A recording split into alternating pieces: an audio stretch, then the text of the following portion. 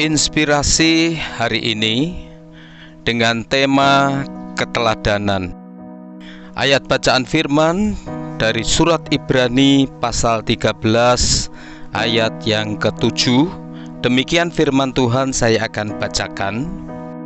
Ingatlah akan pemimpin-pemimpin kamu yang telah menyampaikan firman Allah kepadamu. Perhatikanlah akhir hidup mereka dan contohlah iman mereka.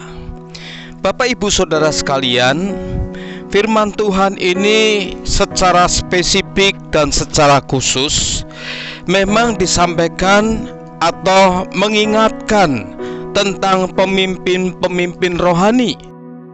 Tetapi secara umum kita ini dilahirkan sebagai pemimpin, yaitu memimpin rumah tangga kita, memimpin keluarga kita. Di masa pandemi ini banyak seminar-seminar yang diadakan dengan tujuan bagaimana untuk kita bisa menyampaikan khotbah yang baik secara live streaming. Itu semua tidak salah. Dan kita juga sebagai umat Tuhan di tengah-tengah situasi pandemi ini, kita mengharapkan dan merindukan untuk datang beribadah kepada Tuhan. Itu baik.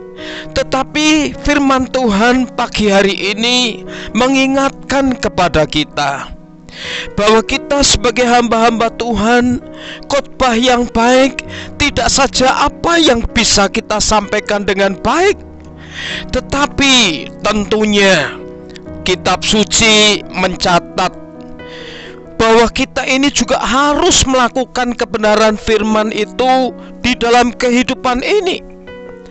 Dan Bapak, Ibu, Saudara sekalian, sebagai orang tua tidak cuma aktif dan sibuk untuk datang beribadah kepada Tuhan, mendengar firman Tuhan. Kitab suci berkata, perhatikanlah akhir hidup mereka.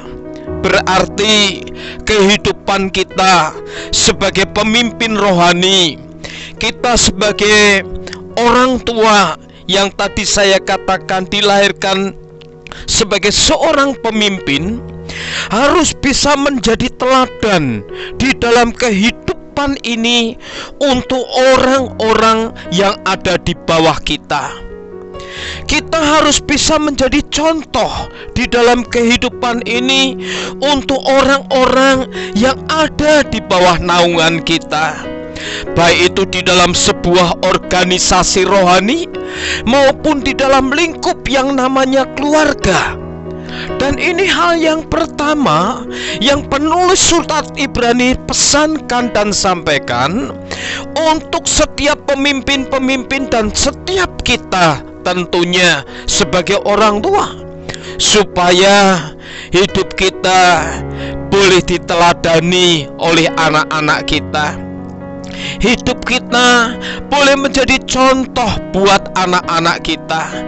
Sebagai pemimpin rohani, kita tidak sekedar jargoni, bisa ngomong tetapi tidak bisa melakukan atau tidak bisa menjadi contoh. Dan hal yang kedua dikatakan, contohlah iman mereka.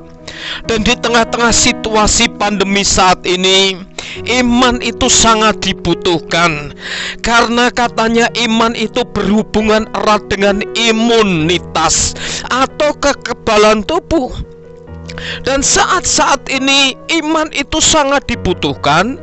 Dan Bapak, Ibu, Saudara, tidak saja keteladanan hidup ini, tetapi iman yang dapat diteladani juga dan yang dapat dicontoh.